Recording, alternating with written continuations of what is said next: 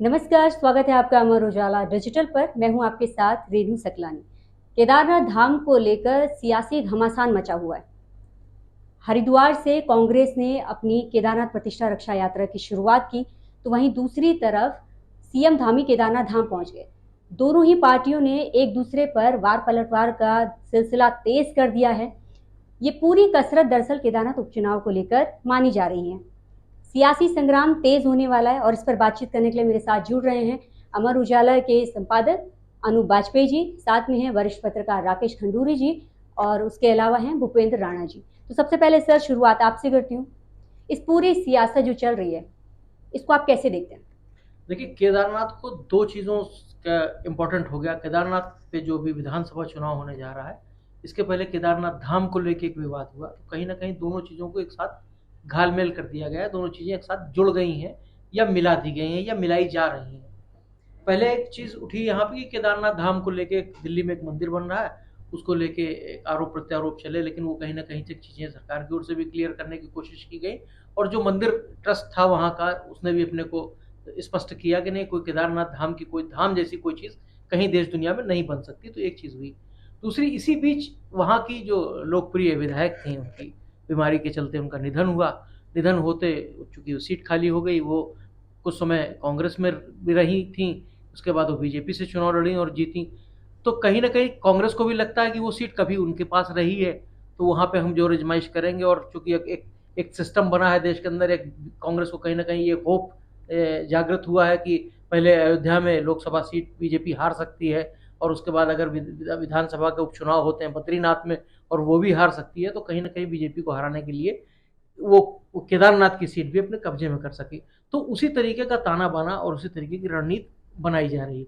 BJP और कांग्रेस दोनों के लिए अब का जो चुनाव, ये उपचुनाव है, दो उपचुनाव पीछे हुए, बीजेपी को शायद कोई उससे नफा नुकसान नहीं हुआ, क्योंकि दोनों सीटें उसके पास नहीं थी, तो उस हार जीत के कोई मायने मतलब नहीं थे। लेकिन केदारनाथ का अभी चूंकि चुनाव की घोषणा नहीं हुई है, लेकिन अभी से उसको एक राजनीतिक रंग, एक राजनीतिक एक्सरसाइज जिसको बोल सकते हैं, वो दोनों ओर से शुरू हो गई। बीजेपी को लग रहा है कि हर हाल में, चूंकि एक धब्बा लगा हुआ है कि बद्रीनाथ सीट नहीं जीत पाए या अयोध्या वाली लोकसभा नहीं बीजेपी के पास, तो वो कहीं ना कहीं केदारनाथ को एक कोशिश 100% कोशिश करेगी कि वो सीट, क्योंकि उनकी अपनी सीट थी, बीजेपी की वहां पे विधायक थी, इसलिए वो सीट जीतना चाहेगी। कांग्रेस को एक जो कहीं ना कहीं एक उसको ये लगता है कि नहीं साहब, जैसे अगर बद्रीनाथ में हम अपनी सीट वहां पे जीत सकते हैं बीजेपी से, हालांकि वो सीट उन्हीं की अपनी थी, एक विधायक वहां के थे, उनको बीजेपी में गए थे। तो कांग्रेस को भी एक अपॉर्चुनिटी दिख रही है और बीजेपी के लिए लिख रहा है कि अगर ये सीट खिसकती है तो कहीं ना कहीं उसका मैसेज बहुत गलत रहेगा। और पूरा चुनाव परसेप्शन पे आधारित है।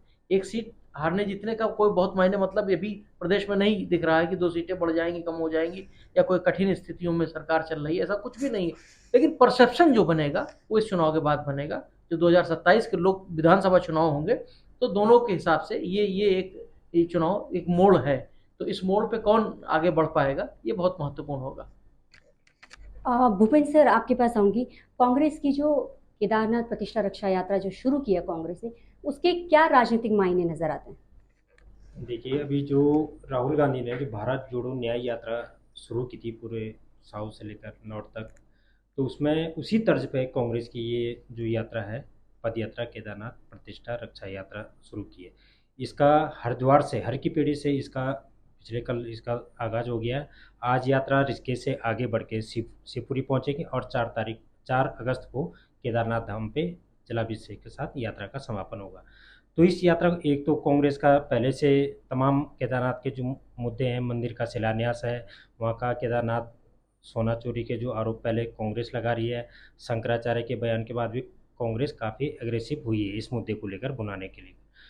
अब यात्रा के लेकर एक तो कांग्रेसी नेताओं में इसका सबसे पहले जो प्रदेश अध्यक्ष हैं करण मेहरा, उन्होंने इसका ऐलान किया था। और इसमें तमाम जो पार्टी के दिग्गज नेता हैं वो सब साथ एकजुट के यात्रा में चल रहे हैं। अगर हम शुभारंभ की भी यात्रा की बात करें तो वहाँ पर तमाम बड़े नेता, यशपाल आर्य हैं, हरीश रावत हैं, प्रीतम सिंह हैं, ममता राकेश हैं, और भी जो पार्टी के जो शीर्ष नेता हैं वो तमाम वहाँ पे यात्रा में शामिल हुए। इससे कहीं ना कहीं कांग्रेस में एकजुटता का भी दिखा है।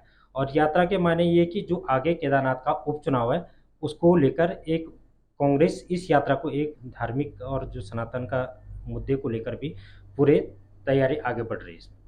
तो दोनों ही पार्टियां एक दूसरे पर आरोप प्रत्यारोप लगाए जा रही हैं। भाजपा ने कांग्रेस की केदारनाथ प्रतिष्ठा रक्षा यात्रा को एक तरह से ड्रामा करार दिया है और उसको सीधे तौर पर पूरी कसरत जो है वो केदारनाथ उपचुनाव को लेकर हो रही है। खंडू से आप इसे कैसे देखते हैं? देखिए, जो ये पूरा का पूरा जो केदारनाथ का जो इस समय परिदृश्य आपको नज़र आ रहा है, बद्रीनाथ का जो चुनाव हुआ था, उसमें सियासत इतनी ज़्यादा गर्म नहीं थी। लेकिन केदारनाथ का मुद्दा जो है, वो भाजपा के लिए नाक का सवाल है, प्रतिष्ठा का सवाल है। क्योंकि भाजपा जिस विचारधारा को बढ़ाती है या जिस विचारधारा पर सियासत करती है, उसका प्रतीक है केदारनाथ। केदारनाथ को वो किसी भी सूरत में खोना नहीं चाहेगी। उसके कब्जे वाली वो सीट रही है। शैला रानी रावत भाजपा की विधायक थी, उनका आकस्मिक निधन हो गया, तो अब वो सीट खाली हुई है, तो बीजेपी किसी भी सूरत में उस सीट को गंवाना नहीं चाहेगी। और कांग्रेस एक मैसेज देना चाहती है कि हवा उसके पक्ष में चल पड़ी है। वो चाहती है कि बद्रीनाथ में जो जीत की हवा बही है, वो हवा केदारनाथ तक जाए और उस हवा में कांग्रेस को एक नई संजीवनी मिले। तो कांग्रेस इसी मुद्दे को ध्यान में रखकर उसने जो है केदारनाथ की जो प्रतिष्ठा का मुद्दा बनाया है। बेसिकली ये मुद्दा बेशक केदारनाथ की प्रतिष्ठा का बनाया है, लेकिन उसका जो निशाना है वो उपचुनाव है। वो उपचुनाव में भाजपा को हराकर एक नई अपने जो उसका जो कैडर है, अपने कैडर को एक जागृत करना चाहती है और नई ऊर्जा देना चाहती है उसमें। तो ये उसके पास एक अपॉर्चुनिटी है, एक अवसर है। बीजेपी अब धीरे धीरे इस मुद्दे पर गंभीर नजर आ रही है। अभी हाल में जो उनकी कार्य समिति की बैठक हुई, उसमें भाजपा के नेताओं ने, जो उनके सीनियर लीडरशिप थी, उन्होंने प्रत्यक्ष रूप से और परोक्ष रूप से केदारनाथ का जिक्र किया। उन्होंने कहा केदारनाथ का चुनाव हमारे लिए बहुत महत्वपूर्ण है, हमें अभी से ही उसके लिए जुट जाना है, क्योंकि हम बद्रीनाथ हार चुके हैं, अब हम केदारनाथ नहीं आना चाहते। उसकी भाजपा की जो पूरी लीडरशिप है वो इस केदारनाथ के मुद्दे पर बहुत गंभीर है। यही वजह है कि जब कांग्रेस यात्रा शुरू करती है हर की पैड़ी से, केदारनाथ की प्रतिष्ठा यात्रा शुरू करती है, तो मुख्यमंत्री खराब मौसम में भी केदारनाथ पहुंचते हैं। वहां वो साधु संतों के साथ विचार विमर्श करते हैं। उन साधु संतों के साथ विचार विमर्श करते हैं जो एक दिन पहले या 2 दिन पहले वहां आंदोलन कर रहे थे, और मुख्यमंत्री के आश्वासन के बाद उन्होंने अपना आंदोलन वापस लिया।